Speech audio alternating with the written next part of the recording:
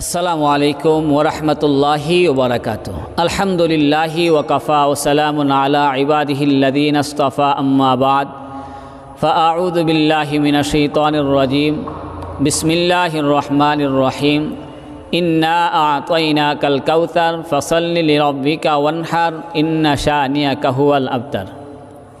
ওয়া ক্বালা আন-নাবিয়্যু সাল্লাল্লাহু আলাইহি ওয়াসাল্লাম মান ওয়াজাদা সাআতুন ওয়ালাম ইউদাহি ফালা ইয়াকরাবান্না মুসাল্লানা।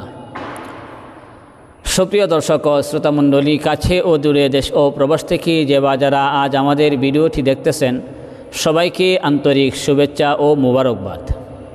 সুপ্রিয় দর্শক, আজকে এমন একটি বিষয় নিয়ে আলোচনা করব যে বিষয়টি অত্যন্ত গুরুত্বপূর্ণ, যা জানা আমাদের জন্য আবশ্যক। আসুন তাহলে সেই বিষয়টি নিয়ে আলোচনা করি। আর সে বিষয়টি হচ্ছে কোরবানির মাসাইল। মাসআলা নাম্বার 1, সামর্থ্যবানদের জন্য কোরবানি না দেওয়ার পরিণতি। আল্লাহ রসুল সাল্লাল্লাহু আলাইহি ওয়াসাল্লাম বলেন, মান ওয়াজাদা সাআতুন ওয়ালাম ইউদাহি ফালা ইয়াকরাবান্না মুসাল্লানা। যাদের কোরবানি দেওয়ার সামর্থ্য রয়েছে তারা যদি কোরবানি না দেয়, রসুল বলেন তারা যেন আমাদের ঈদগাহে নামাজ পড়ার জন্য না আসে। এজন্য আমরা যারা সামর্থ্যবান রয়েছি, কোরবানি দেওয়া জরুরি। কারণ আল্লাহ রসুল সাল্লাল্লাহু আলাইহি ওয়াসাল্লাম এই হাদিসে দমক দিয়েছেন। মাসআলা নাম্বার 2, কোরবানি কাদের উপরে ফরজ? কোরবানি তাদের উপরে ফরজ মুসলিম, মুকিম, আকেল, বালিগ। সে যদি সামর্থ্যবান হয় তার উপরে কোরবানি ওয়াজিব। অর্থাৎ কোরবানির 3 দিনের ভিতরে যদি তার কাছে 7.5 তোলা স্বর্ণ অথবা 52.5 তোলা রৌপ্য থাকে অথবা তার সমপরিমাণ সম্পদ থাকে, তাহলে তার উপরে কোরবানি শরীয়ত ওয়াজিব করে দিয়েছে। মাসআলা নাম্বার 3, নাবালেগের কোরবানি। নাবালেগের উপরে কোরবানি ওয়াজিব নয়। যদি নাবালক সন্তান সাহেবে নেশাব হয়ে থাকে, অর্থাৎ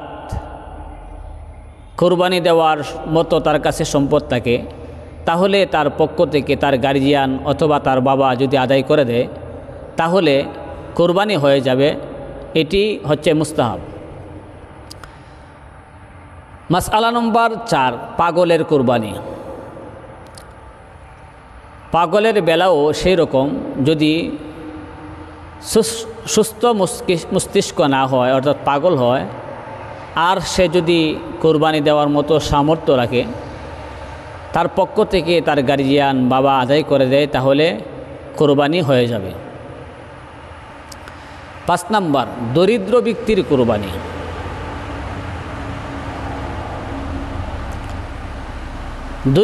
দরিদ্র ব্যক্তির উপরে কোরবানি ওয়াজিব নয়।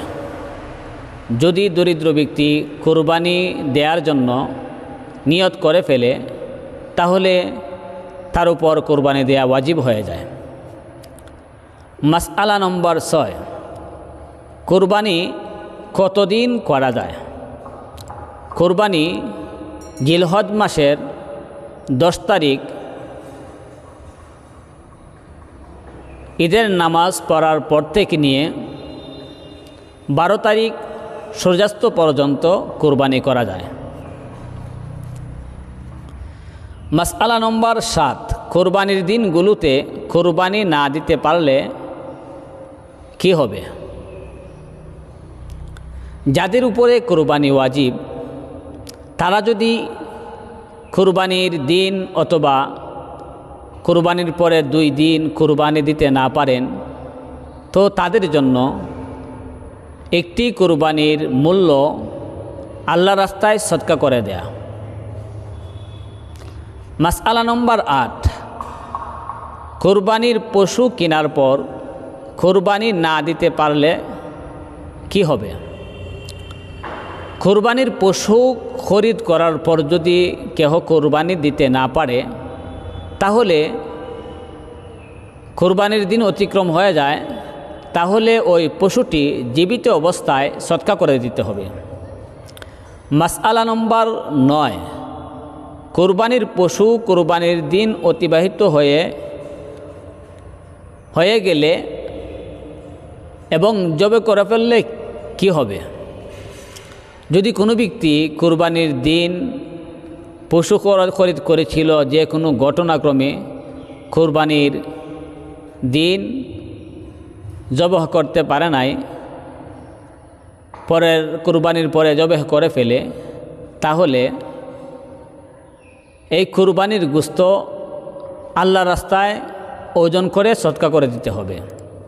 কারণ মনে করুন আপনি কুরবানির জন্তুটি কিনেছেন 40,000 টাকা দিয়ে, কুরবানির গোশত মাপার পরে দেখলেন 40,000 টাকার গোশত হয়নি, 35,000 টাকার গোশত হয়েছে। এক্ষেত্রে কুরবানি দাতার আরও 5,000 টাকা যোগ করে গোশতের সাথে আরও 5,000 টাকা সদকা করতে হবে।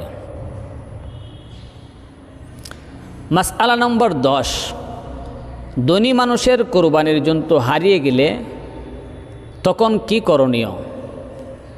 ধনী মানুষের কুরবানির জন্তু হারিয়ে গেলে তখন তিনি আরেকটি খরিদ করবেন এবং এটিকে কুরবানি দিবেন। তারপরে যদি হারিয়ে যাওয়া জন্তু ফিরে পায়, তাহলে ধনী ব্যক্তি যে কোনো একটি দিলেই তার কুরবানি হয়ে যাবে। 11 নম্বর, গরিব মানুষের কুরবানির জন্তু হারিয়ে গেলে তখন করণীয় কি? গরিব মানুষের কুরবানির জন্তু যদি হারিয়ে যায়, তারপরে যদি ওই দরিদ্র ব্যক্তি আরেকটি পশু ক্রয় করে, তারপর তার হারানো পশুটি পেয়ে যায়, তাহলে দরিদ্র ব্যক্তির জন্য দুটোটাই কুরবানি করা ওয়াজিব হয়ে যায়। মাসআলা নম্বর 12, কত প্রকার পানি দ্বারা কুরবানি করা যায়? 6 প্রকার পানি দ্বারা কুরবানি করা যায়, যেমন গরু, মহিষ, উট, দুম্বা, বেড়া, ছাগল।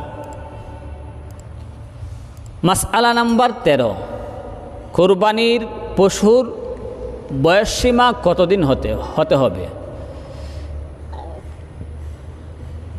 যদি উট দ্বারা কুরবানি করেন তাহলে কমপক্ষে 5 বছর হতে হবে, আর যদি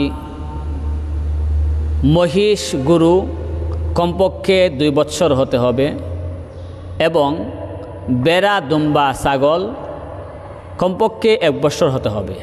তবে বেড়া বা দুম্বার বেলায় যদি 6 মাস হয়ে যায় আর তাহাকে দেখতে লাগে 1 বছর হয়ে গেছে, তাহলে ওই বেড়া অথবা দুম্বা দ্বারা কুরবানি করা জায়েজ আছে।